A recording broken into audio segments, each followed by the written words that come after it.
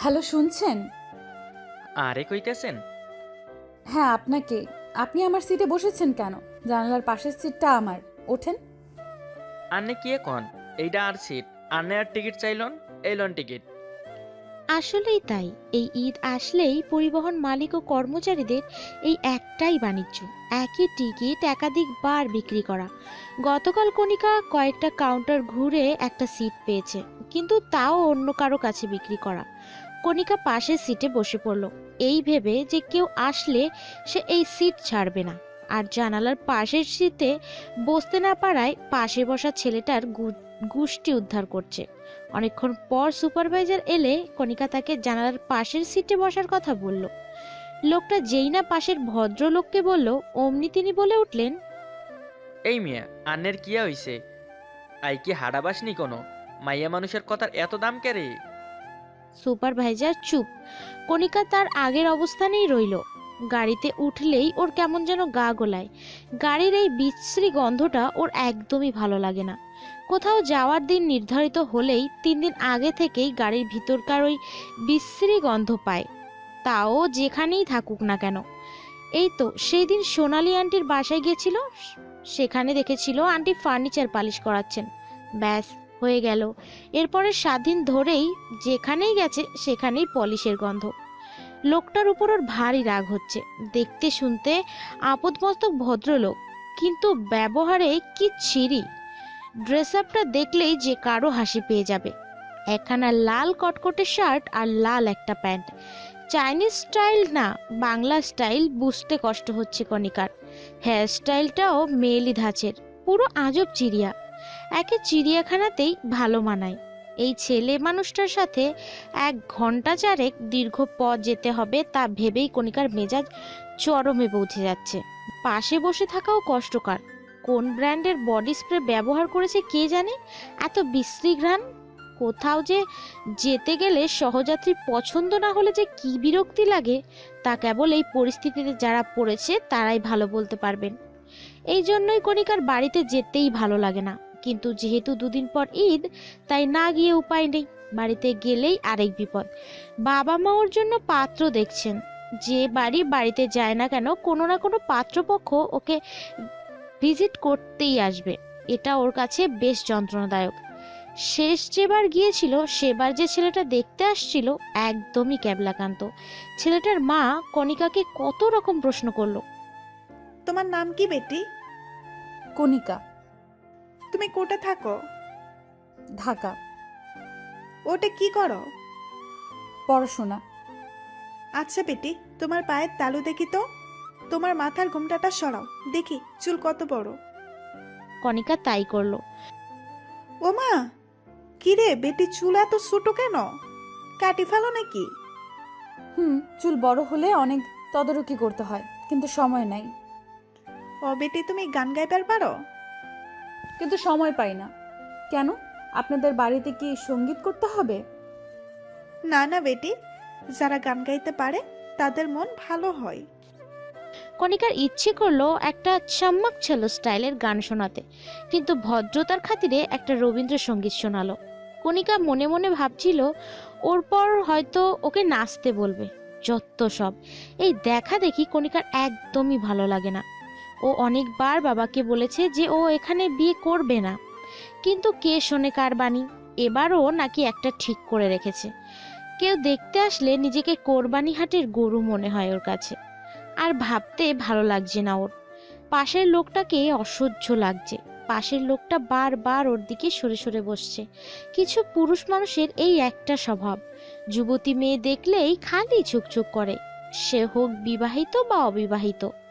অনেকক্ষণ সহ্য করার পর কণিকা স্ট্রেট বলে দিল, এই মিস্টার, আপনি ঠিক করে বসেন আর নড়াচড়া কম করেন। আইসে আফা। কিছুক্ষণ পর লোকটা বলে উঠল, আফা, আন্নে কোনায় যাইবেন? কেন? না, আন্নের বেশি প্রবলেম হইলে আন্নে এই সিটে বইতে হারেন। কণিকার সাথে সাথেই রাজি হয়ে গেল। তারপর আবার যন্ত্রণা। লোকটা ভাব দেখানোর জন্য উচ্চ শব্দে পেপার পড়ছে। মনে হচ্ছে উনি পেপারের হেডলাইন মুখস্থ করে রেখেছে। আশেপাশের সব লোকও বিরক্তিকর চোখে তাকাচ্ছে। অবশেষে কণিকা বলেই ফেলল, ভাই একটু আসতে পড়েন, সবার সমস্যা হচ্ছে। ও আচ্ছা আচ্ছা। কিছুক্ষণ পর একটা সানগ্লাস পরলো, ভাব নিয়ে কানে হেডফোন লাগিয়ে গান শুনতে শুরু করলো। কণিকার অবশ্য আগে থেকেই গান শুনছিল। কিছুক্ষণ পর উনি বলে উঠলেন, আচ্ছা আফা, আন্নে কি গা শুনেন? কেন, রবীন্দ্রসঙ্গীত? এইটা কি কইলেন? আপনার মতো মডার্ন মাইয়া বুঝি এই গান শুনে? কেন, শুনলে কি প্রবলেম? না, কোনো প্রবলেম নেই। রাস্তার গাড়ি একবার যাত্রা বিরতি দিল। কণিকা নেমে গিয়ে রেস্টুরেন্টের একটা কোণের টেবিলে গিয়ে বসলো। সাথে সাথে লোকটাও গিয়ে হাজির। আপা, আন্নে কিতা খাইবেন? পাস্তা। এইটা আবার কি খাওনের নাম? কিতা হানি ভাত নি? না, এটা একটা চাইনিজ খাবার। ও আচ্ছা, ওই মনে করিলাম হানি ভাত। খেয়ে কণিকা বাসে উঠল। লোকটা কি কি যেন খেলো। এরপর লোকটা একটা সিগারেট ধরালো। বাসের জানালা দিয়ে কণিকা দেখছে লোকটা সিগারেট টানছে। ওর রাগ হচ্ছে খুব। সিগারেট খাওয়া শেষ হলে ওর পাশে এসে বসবে। সিগারেট খাওয়া লোকজন ওর একদম পছন্দ নয়। ক্লাসের বন্ধুরা সিগারেট খেতে বললে ও সব সময় ওদের এড়িয়ে চলতো। তাই ওরা উপহাস করে বলতো, দেখিস তোর বর মদ তারি খাবে। যত সব আজগুবি কথা। লোকটা এসে পাশে বসেছে। উফ, কি অসহ্য লাগছে। চুইংগাম খেতে খেতে এসেছে।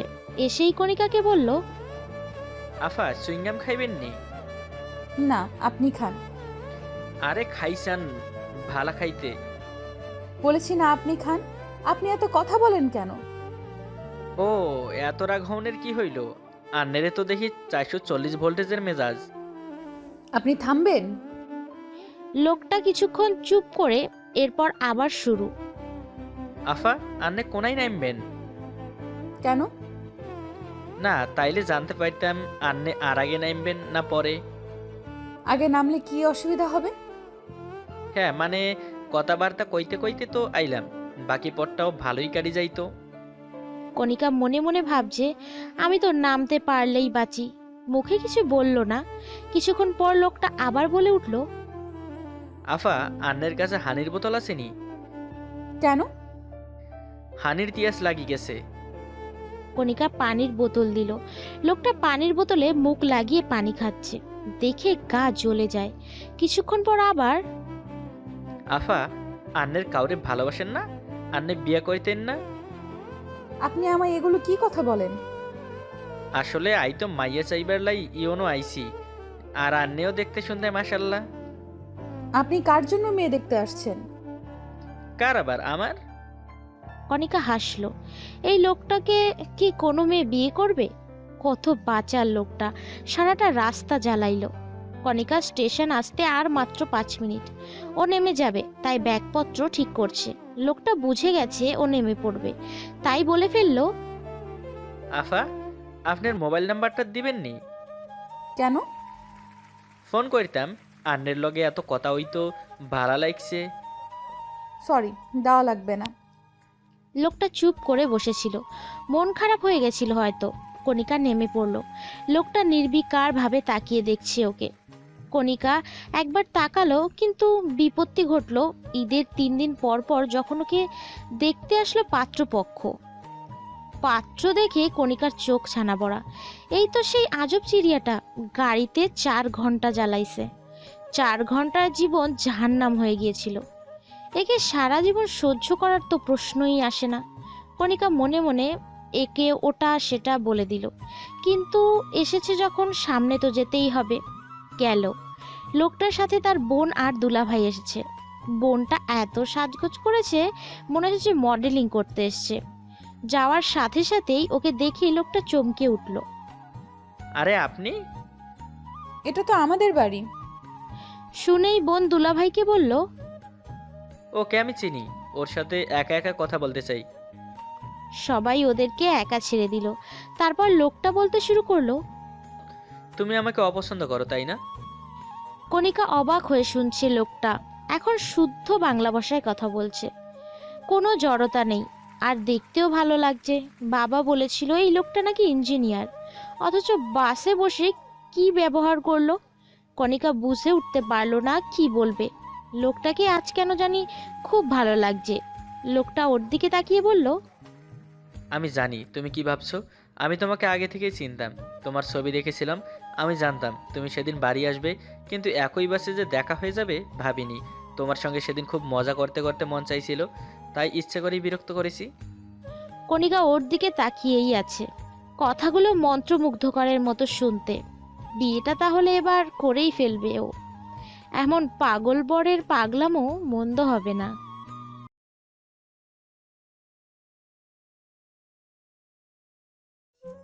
ছেলেটা 1 মাস যাবৎ আমার পিছে ঘুরছে, সব জায়গায় ফলো করছে। অনেক সহ্য করেছি, আজ এমন ধোলাই দিব বাপ বাপ করে উল্টো দৌড় দেবে। এ মুখও আর হবে না। পিছনে করে কোমরে হাত দিয়ে দাঁড়িয়ে বললাম, কি সমস্যা আপনার? 1 মাস যাবৎ আমাকে ফলো করছেন কেন? ছেলেটা বলল, আপনি কমার্সের স্টুডেন্ট হয়ে হিসাবে এমন ভুল কি করে করতে পারেন? মানে? মানে আমি আপনাকে 1 মাস 9 দিন যাবৎ ফলো করছি। ওই একই হলো। জি না, এক হলো না। হিসাব বিজ্ঞানে এক একটা দিন কত ইম্পর্টেন্ট সেটা নিশ্চয়ই আপনার অজানা নয়। একদিনের হিসাব বাদ পড়লে কারবারের আর্থিক হিসাবের পরিমাণ গরমিল হতে পারে এবং আর্থিক অবস্থার সঠিক চিত্রও প্রকাশ পাবে না। আর তিনি আরো কিছু বলতে চাইছিল। আমি হাত উঁচু করে বললাম, থামুন, লেকচার বন্ধ করুন। আমার ভার্সিটির স্যারেরাও ক্লাসে এত লেকচার দেয় না। আপনি যতটা, সে যাই হোক, আসল কথায় আসি। আপনি আমাকে ফলো করেন কেন? কারণ আজ থেকে 1 মাস 10 দিন আগে আপনাকে দেখে আপনার প্রেমে পড়ে গেছি, আর সেদিনই ঠিক করেছি আপনাকে আমার মন্টুর মা বানাবো। তাই আপনাকে দেখে শুনে রাখছি। আমি মনে মনে ভাবছি, এই মন্টুটা আবার কে? আর আমাকে মন্টুর মা বানাবে?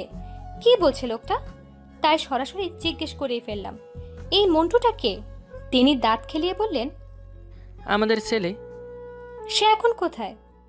তিনি মাথা চুলকিয়ে লজ্জা পাওয়ার ভঙ্গিতে বলল, মানে এখনো দুনিয়ায় আসেনি, তবে আপনি চাইলে খুব শীঘ্রই আমরা দুজনে মিলে তাকে দুনিয়ায় আনতে পারবো ইনশাল্লাহ। লোকটা বলে কি? ওনার কথা শুনে আমার গলা শুকিয়ে গেল, কাশি শুরু হয়ে গেল। আমি খুব খুব করে কাশতে শুরু করলাম। তারপর ব্যাগ থেকে পানির বোতল বের করে এক নিঃশ্বাসে পুরো বোতল খালি করে দিলাম। রাগ আমার মাথায় চড়ে গেছে। বড় করে নিঃশ্বাস নিয়ে ওনার দিকে তাকিয়ে বললাম, ছ্যাঁচড়া বেটা, ফাইজলামি করার জায়গা পাস না? থাপড়াইয়া তোর চেহারার মানচিত্র পাল্টে দিব। পাবনা ফেরত যত সব ফাউল পাবলিক। পাবনার সাথে আমার দূর দূর পর্যন্তও কোনো সম্পর্ক নেই, তবে তুমি যদি আমার ছেলের মা না হও তবে খুব শীঘ্রই পাবনার সাথে রিলেশন হয়ে যাবে। আমার আর এই লোকের ফালতু কথা সহ্য হচ্ছে না। ইচ্ছে করছে এক ঘুষি মেরে নাক ফাটিয়ে ফেলি। তারপর সবাই যখন ফাটা নাকওয়ালা, নামটা তো জানি না, যাই হোক, ফাটা নাকওয়ালা কে আর কিছু না বলে সামনে পা বাড়ালাম। আর তখন ওই ফাটা নাকওয়ালা আমার পিছনে হাঁটা শুরু করলো।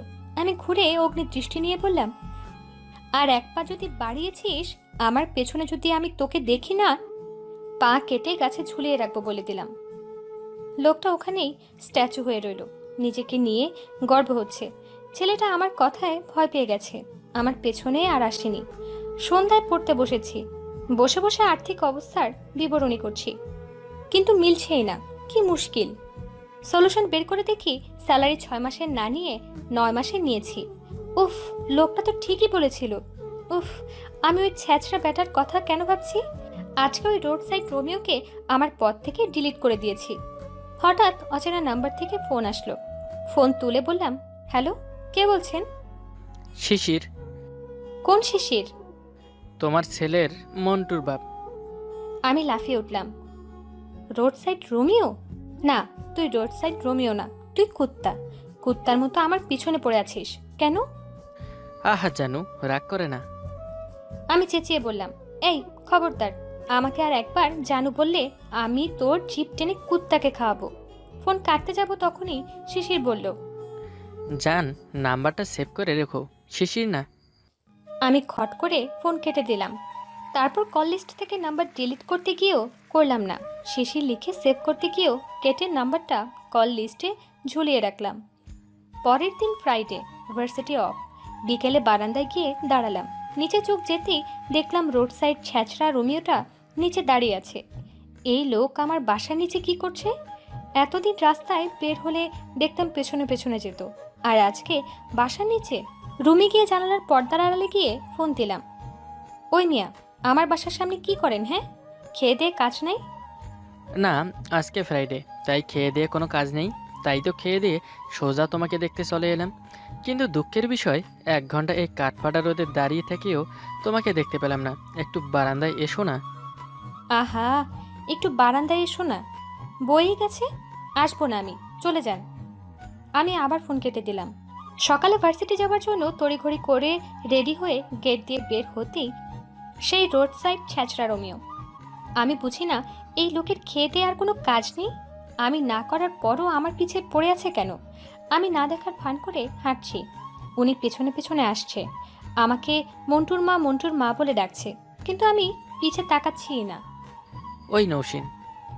আমি থমকে গেলাম। এই লোক আমার নাম জানলো কি করে? আমি ভ্রুকুচকে বললাম, আপনি আমার নাম জানলেন কি করে? শুধু নামই না, সবই জানি। ওসব বাদ দাও, চলো না কোথাও ঘুরে আসি, তুমি আর আমি। শালা, তুই কি মানুষ না অন্য কিছু? তোর কি কান কাটা?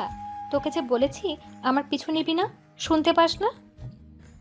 শুনতে পাই, কিন্তু এসব তোমার মনের কথা না। আপনি এত বেহায়া নির্লজ্জ কেন? লজ্জা শরম কি বাজারে বেচে খেয়ে ফেলেছেন?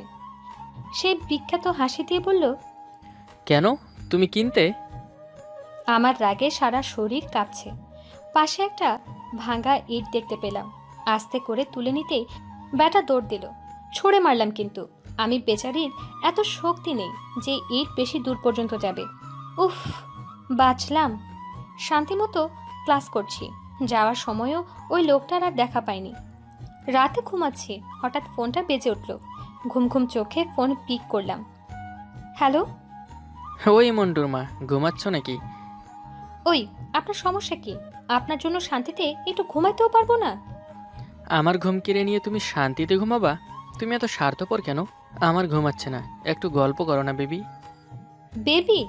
এই, আমি কি 1 বছরের বাচ্চা ফিটার খাই যে তুই আমাকে বেবি বলছিস? আমি এখন ঘুমাবো।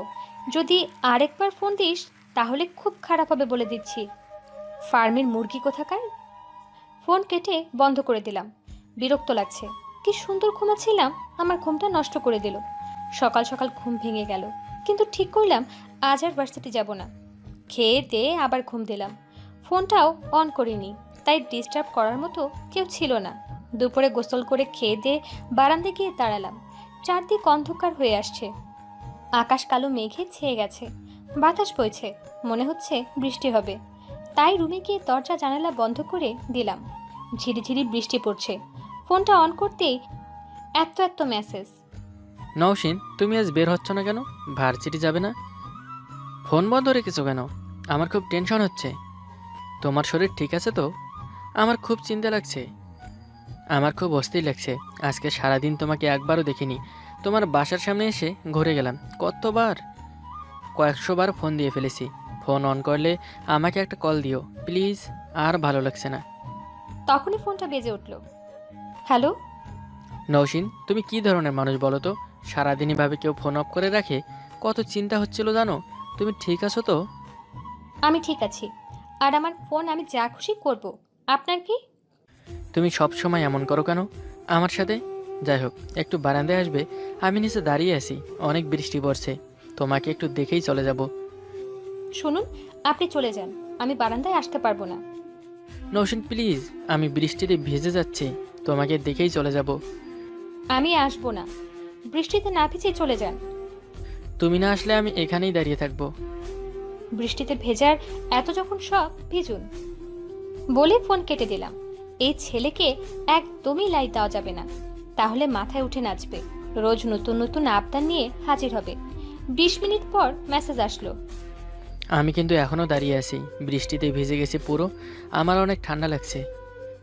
উঠে জানালার পর্দা সরিয়ে দেখলাম সত্যি রাস্তার ওপারে দাঁড়িয়ে আছে। খুব মায়া হলো। দরজা খুলে বারান্দায় গেলাম। উনি বারান্দার দিকেই তাকিয়ে আছে। আমাকে দেখে হেসে ফেলল। ভিজে যা তা অবস্থা। আমি মেসেজ করে চলে যেতে বললাম। পরের দিন ভার্সিটি যাওয়ার সময় ওনাকে আর দেখতে পেলাম না, আসার সময়ও না। No phone no message. রাতে ফোন এলো, কিছু বলতে যাব তখনই বলল, জানি তোমাকে বিরক্ত করছি, প্লিজ ফোনটা কেটো না। কণ্ঠে কেমন নরম নরম লাগছে। ব্যাপার কি, এত শান্তভাবে কথা বলছে? কালকে বৃষ্টিতে ভিজে জ্বরে আক্রান্ত হয়েছি, শরীর অনেক দুর্বল। আম্মু কিছুতেই বাসা থেকে বের হতে দিল না, তাই তোমাকে আজ আমার দেখা হলো না। একটু কথা বলো না প্লিজ। 103 ডিগ্রি জ্বর, ধরো মরে গেলাম, তখন তো আফসোস করবে। বুকটা ধক করে উঠল। কি ভেবে যেন কথা বললাম অনেকক্ষণ। কথা শেষে বললাম, দেখুন, আপনি অসুস্থ, তাই আপনার সাথে এত কথা বলেছি। আপনি অন্য কিছু ভেবে বসবেন না। প্রতি উত্তরে তিনি হাসলেন। পরের দিন সকাল সকাল আম্মু টেনে ঘুম থেকে তুললেন। এভাবে আচমকা টেনে তোলার কারণে জিজ্ঞেস করতে বলল, ফুফুরা আসছে হঠাৎ করে।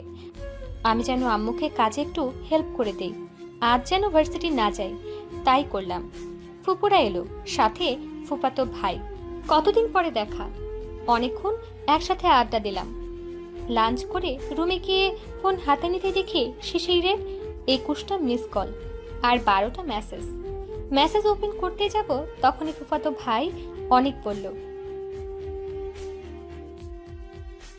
আমার হাত থেকে ফোন রেখে দিয়ে 10 মিনিটের মধ্যে রেডি হতে বলল। আমরা একসাথে বেরোলাম। গেট থেকে বেরিয়ে কয়েক পা এগোতে কোথা থেকে শিশির দৌড়ে এলো। নৌসিন, তুমি আমার ফোন তুলছো না কেন? অনেকের দিকে তাকিয়ে বলল, এই ছেলেটা কে? আমার মাথায় বুদ্ধি খেলে গেল। আমি অনেকের হাত ধরে শিশিরকে বললাম, আমার বিএফ, আমাদের 2 বছরের রিলেশন। বছর খানেক পর আমরা বিয়ে করছি। শিশিরের মুখটা ধপ করে কালো হয়ে গেল। ও কিছু না বলেই চলে গেল। বাসায় ফিরে ফোন চেক করে দেখি শিশিরের মেসেজ। নৌসিন, তোমার বিয়ে পাশে জানলে আমি কখনোই তোমাকে বিরক্ত করতাম না। তুমি যদি একবার বলতে তুমি অন্য কাউকে ভালোবাসো। যাই হোক, অনেক বিরক্ত করেছি, পারলে ক্ষমা করো। আর কখনোই তোমাকে বিরক্ত করব না। ভালো থেকো। মেসেজটা পেয়ে আমার খুশি হওয়ার কথা, কিন্তু তেমনটা অনুভব করতে পারছিলাম না। সে যাই হোক, এই আপদটা তো পিছু ছেড়েছে। পরের দিন তাকে কোথাও দেখিনি, না ফোন না মেসেজ। যাক বাবা, বাঁচা গেছে। অবশেষে আমার পিছু ছেড়েছে। কিন্তু বিপত্তি ঘটলো কিছুদিন পর। রাস্তায় বের হলেই আমার এই দুটি চোখ শুধু তাকেই খোঁজে। সবসময় আমি তাকেই খুঁজি। ফোনের দিকে ঘন্টার পর ঘন্টা চেয়ে থাকি, তার একটা মেসেজ কিংবা কলের আশায়। তার কথা, তার পাগলামিগুলো খুব মিস করি। মাঝে মাঝে নিজের উপর প্রচণ্ড রাগ হয়। ইচ্ছে করে নিজের চুল নিজেই ছিঁড়ি। কি দরকার ছিল এত ঢং করার? ফুফাতো ভাইকে বিএফ বানানোর? ঠিক হয়েছে যে আমি তার হাজার রিকোয়েস্ট একবার বারান্দায় যাইনি। এখন আমি বেশিরভাগ সময় বারান্দায় থাকি, তাকে খুঁজি। উফ, খুব মিস করি শিশিরকে। মাঝে মধ্যে ইচ্ছে করে ফোন করে সব বলি দিই, কিন্তু পারি না। এভাবেই আমার দিন কেটে যাচ্ছিল তার বিরহে। 10-12 দিন পর কোচিং করে বাসায় ফিরছিলাম।